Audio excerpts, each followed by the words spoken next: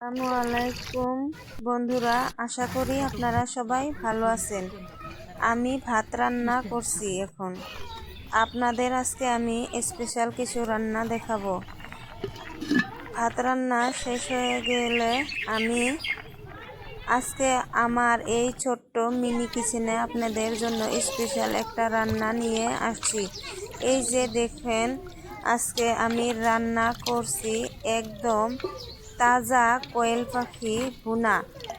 দেখতেই পাচ্ছেন কতটা লোভনীয় হয়েছে।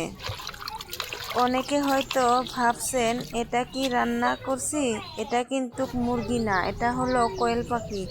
আমি প্রথমে মাংসগুলো ছোট ছোট করে কেটে খুব ভালো করে ধুয়ে নিয়েছি।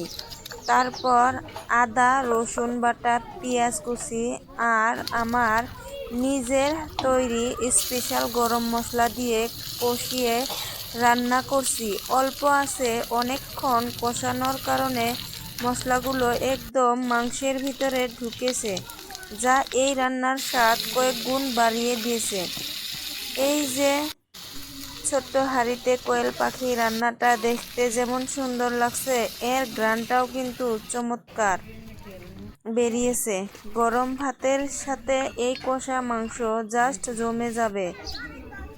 আমার এই ছোট্ট কিচেনের আপনাদের কাছে কেমন লাগলো অবশ্যই কমেন্ট করে জানাবেন। ভিডিওটি ভালো লাগলে লাইক দিয়ে